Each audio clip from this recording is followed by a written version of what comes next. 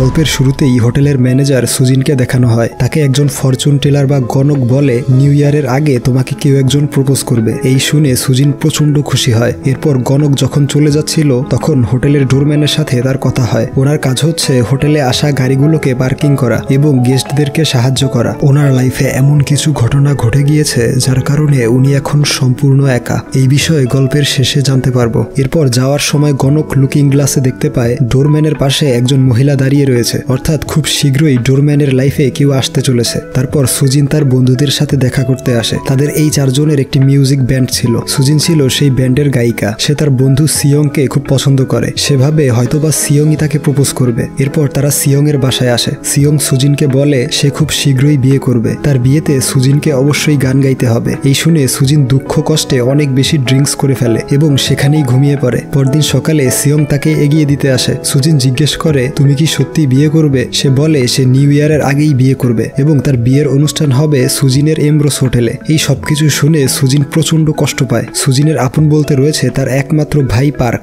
সে একজন school student. তার বন্ধুরা তাকে বলে তারা তিনজন একই মেয়ের প্রেমে পড়েছে। মেয়েটির নাম আইয়ং। তখনই আইয়ং তাদের সামনে দিয়ে যাচ্ছিল। প্রথম দেখায় পার্ক তার প্রেমে পড়ে যায়। এরপর সুজিন এবং হোটেলের একজন স্টাফ একজন লোকের বিষয়ে কথা বলছিল। পেশায় সে একজন ডক্টর, কিন্তু কোনো মেয়েই তাকে পছন্দ করে না। তাই বহু চেষ্টা করেও সে বিয়ে করতে পারছে না। এজন্য প্রতি সপ্তাহে নতুন নতুন মেয়েদের সাথে মিট করার জন্য এই হোটেলে আসে। অপরদিকে গল্পের আরেকজন ক্যারেক্টার লিক্যাংকে দেখানো হয়। পেশায় সে একজন রেডিও জকি এবং সিঙ্গার। নিউ ইয়ারের দিনে এই এমব্রোস হোটেলে তার একটি কনসার্ট রয়েছে। তার প্র্যাকটিস করার জন্যই সে এমব্রোস হোটেলে এসেছে। এ হচ্ছে লিক্যাং এর বেস্ট ফ্রেন্ড এবং ম্যানেজার সাংহুন। সে তার বাড়ি ঘর সবকিছু বিক্রি করে দিয়েছিল লিক্যাংকে সিঙ্গার বানানোর জন্য। লিক্যাং এর প্রচুর ফ্যান ফলোয়ার্স রয়েছে। তার জন্য সবাই অধীর আগ্রহে হোটেলের পার্কিং এ অপেক্ষা করছিল। বাহিরের পরিস্থিতি দেখার জন্য সাংহুন দরজা খুলে উকি মারে। তাকে দেখে সবাই হতাশ হয়ে যায়। এরপর লিক্যাং বাহিরে আসলে সবাই তার উপর হুমড়ি খেয়ে পড়ে, কিন্তু তাদের গাড়ি স্টার্ট হচ্ছিল না। লোকজন লিক্যাংকে বলে তোমার উচিত নতুন একটি গাড়ি নেয়া এবং এই বিশ্রী দেখতে ম্যানেজারটাকে পরিবর্তন করা। এরপর তারা তাদের খাটারা গাড়িটিকে নিয়ে বেরিয়ে পড়ে।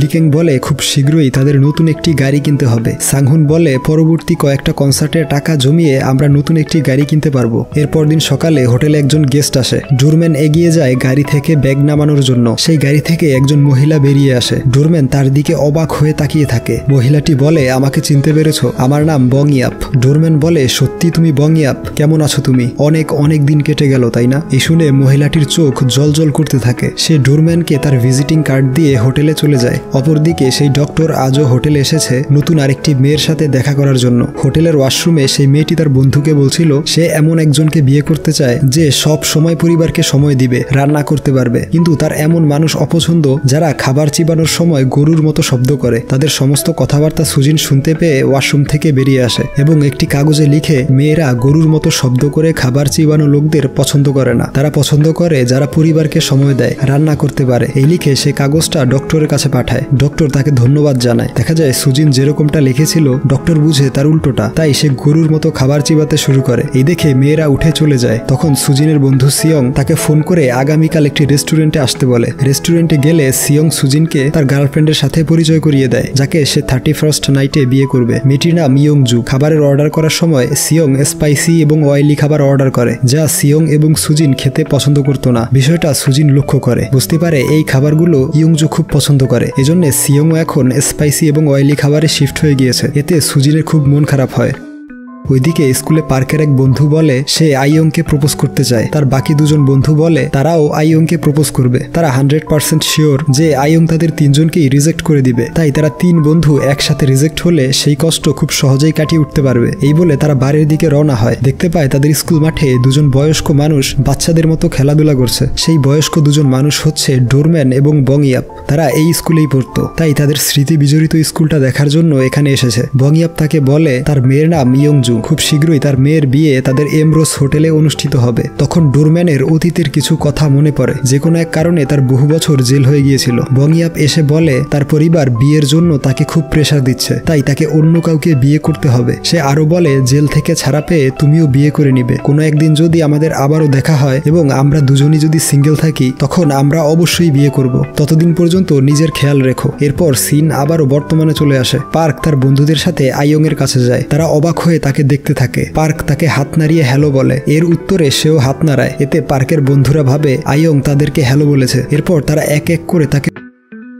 প্রপোজ করতে যায় এবং ব্যর্থ হয়ে চলে আসে। তাদের তৃতীয় বন্ধু একটি ফোন দিয়ে আটে। সে গিয়ে বলে, আমি বাকিদের থেকে আলাদা, তোমাকে মোটেও পছন্দ করি না। তখন আয়ং বলে, আমিও তোমাকে পছন্দ করি না, দয়া করে যেতে পারো। অর্থাৎ তার ফন্দিটিও ফেল হয়ে গিয়েছে। এরপর তারা যখন চলে যাচ্ছিল তখন আয়ং এসে পার্ককে বলে, তুমি প্রপোজ করোনি কেন? পার্ক বলে, আমি প্রপোজ করতে আসিনি, আমি এই পাগলগুলোর সাথে এসেছি। আয়ং বলে, তারা সত্যি খুব ফানি। এরপর পার্ক যখন চলে আসছিল তখন আয়ং তার নাম ধরে ডাকে, ক্রিসমাসের শুভেচ্ছা জানায়। এতে তার বন্ধুরা পুরো অবাক হয়ে যায়। অপরদিকে সুজিন ইয়ংজুর সাথে শপিং এ আসে। ইয়ংজু বলে সিয়ং এখনো তাকে প্রপোজ করেনি, সে খুবই লাজুক প্রকৃতির। তখন সে একটি প্লেট নিয়ে বলে সিয়ং হয়তো এই ডিজাইনটা খুব পছন্দ করবে। সুজিন অন্য আরেকটি প্লেট নিয়ে বলে সে এই ধরনের ডিজাইন বেশি পছন্দ করে। তখনই সিয়ং চলে আসে এবং সেই প্লেটটা খুব পছন্দ করে। সুজিন তাকে পাশে ডেকে নিয়ে বলে, তোমরা খুব শীঘ্রই বিয়ে করবে, কিন্তু তুমি এখনো তাকে প্রপোজ করোনি, তোমার উচিত তাকে আগে প্রপোজ করা। দোকানের একজন স্টাফ তাদেরকে দেখে নতুন বিয়ে করা কাপল মনে করে। সুজিন ইয়ংজুকে দেখিয়ে বলে ওরা দুজন হচ্ছে কাপল।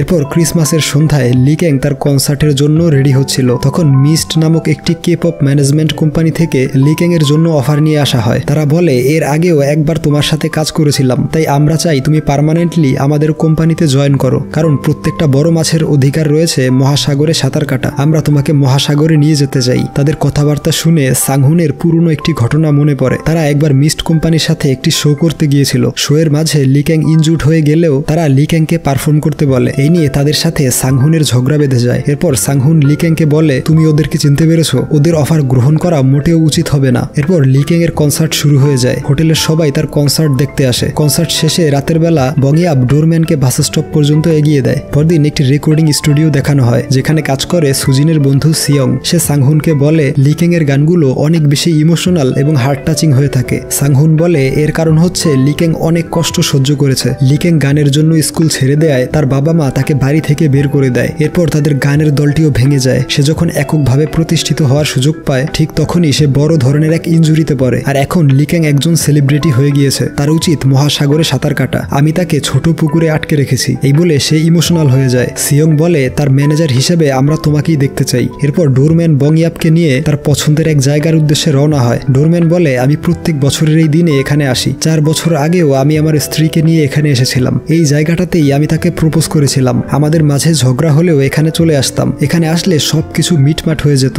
সে বলেছিল পরের জন্মে সে আবারও আমাকেই বিয়ে করবে। আমি তাকে সম্মতি জানিয়েছিলাম। তখন বংয়াব বলে ওঠে, আমি বুঝতে পেরেছি তুমি আমাকে কেন এখানে নিয়ে এসেছো। তুমি আমাকে বিয়ে করতে চাও, তাই তো? তোমার প্রপোজালটা আমি পরে ভেবে জানাবো। ওইদিকে সিয়ং ইয়ংজুকে প্রপোজ করার জন্য সুজিনের হোটেলে চলে আসে। সে সুজিনকে একটি রিং দেখিয়ে বলে সে কি এটা পছন্দ করবে। সুজিন বলে রিংটা খুবই সুন্দর। মূলত সিয়ং চাইছিল ইয়ংজুকে প্রপোজ করে সারপ্রাইজ করে দিবে। সে দায়িত্বটা সুজিনকে দেয়, কিন্তু এসব শুনে সুজিন খুব জেলাস হয়ে যায়। সে চায় না তার ভালোবাসার মানুষটি অন্য কারো হয়ে যাক। তাই সে ইন্টারনেটে সার্চ করে দেখতে পায় কোন ধরনের প্রপোজ মেয়েরা সবচেয়ে ঘৃণা করে। সে কেকের মধ্যে রিংটা ঢুকিয়ে দেয়, কিন্তু হয় তার উল্টোটা, সে মুখ থেকে রিংটা বের করে আনে। ইমোশনাল হয়ে সিয়ংকে জড়িয়ে ধরে। সুজিনের সমস্ত প্ল্যান ফেল হয়ে যায়। এতে সে প্রচন্ড মন খারাপ করে বাড়ি চলে আসে। তার ভাই পার্ককে বলে, যদি তুমি পছন্দের মেয়েটাকে পেয়ে যাও তাহলে সংকোচ করবে না, তা না হলে সারা জীবন আফসোস করে যেতে হবে। তখন টিভিতে এমন একটি মেইল বক্স দেখানো হয় যেটায় কোনো চিঠি পোস্ট করলে তা 1 বছর পরে নির্দিষ্ট ব্যক্তির কাছে পৌঁছে দেওয়া হবে। এই দেখে সুজিন চমকে ওঠে। তার ভাই বলে, ওইখান থেকে তোমার জন্য একটা চিঠি এসেছে। চিঠিটা দেখে সে আরো বেশি ভয় পেয়ে যায়, কারণ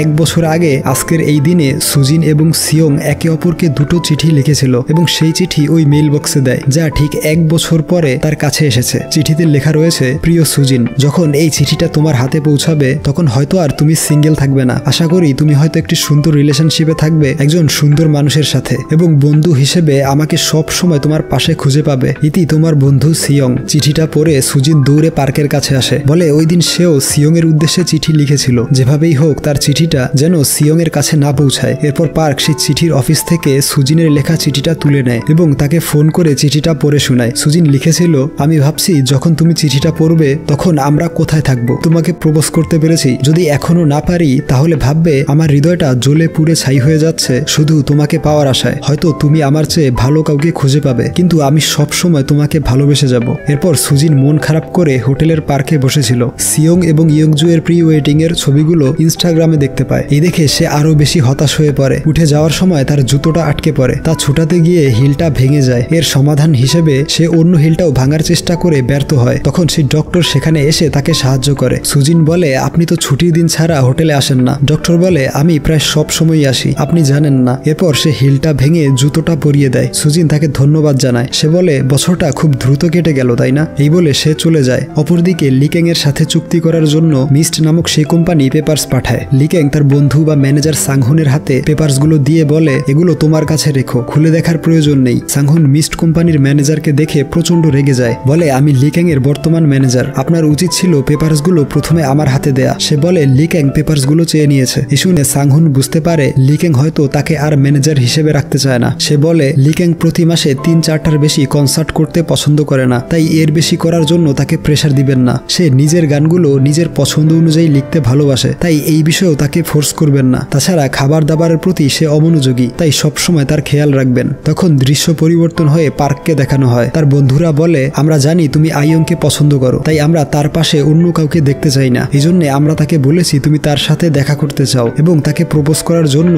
স্কুলের ব্রিজের উপর আসবে। এই শুনে পার্ক রেগে যায়। এরপর ডোরম্যান এবং বংইয়াপকে দেখানো হয়। বংইয়াপ বলে, বিকেলে আমি একাই সে লেকের পাড়ে গিয়েছিলাম, তোমার স্ত্রীর সাথে কথা বলেছিলাম। সে আমাকে বলেছে সে কখনোই তোমাকে ছেড়ে যেতে চায়নি, সব সময় তোমাকে আগলে রেখেছে, কারণ তুমি ছিলে খুব বাচ্চা সুলভ এবং সে আমার বিষয়েও সবকিছু জানে। আমি তাকে প্রমিস করেছি যে তোমার সাথে শেষ পর্যন্ত থাকবো, তোমাকে ম্যাচিউর করে তুলবো, যেন তুমি পরবর্তী লাইফে তার জন্য একদম পারফেক্ট হতে পারো। উত্তরে তোমার স্ত্রী বলেছে, বছরের শেষ দিনে যদি তুষারপাত হয় তাহলে ভাবতে হবে সে আমার প্রপোজাল অ্যাকসেপ্ট করেছে, কিন্তু যদি তুষারপাত না হয় তাহলে আমি কখনোই তোমার সামনে আসবো না। ওইদিকে কনসার্ট শেষে শেষবারের মতো সাংহুন লিকেংকে এমব্রোস হোটেলে নিয়ে আসে, কিন্তু সে কিছুতেই তার চোখের পানি আটকে রাখতে পারছিল না। হোটেলের রেডিও চ্যানেলে লিকেং বলে, আজ 31 ডিসেম্বর, বছরের শেষ দিন। কেমন ছিল এই বছরটা? হয়তো কিছু স্মৃতিময় মুহূর্তে ভরপুর ছিল, অথবা ছিল কিছু অনুশোচনা, কিন্তু এই বছরটা আপনাকে সুযোগ দিয়েছে আগের চেয়েও শক্তিশালী হওয়ার। হয়তোবা আপনার মনের কথাগুলো ভালোবাসার মানুষটিকে জানাতে ব্যর্থ হয়েছেন,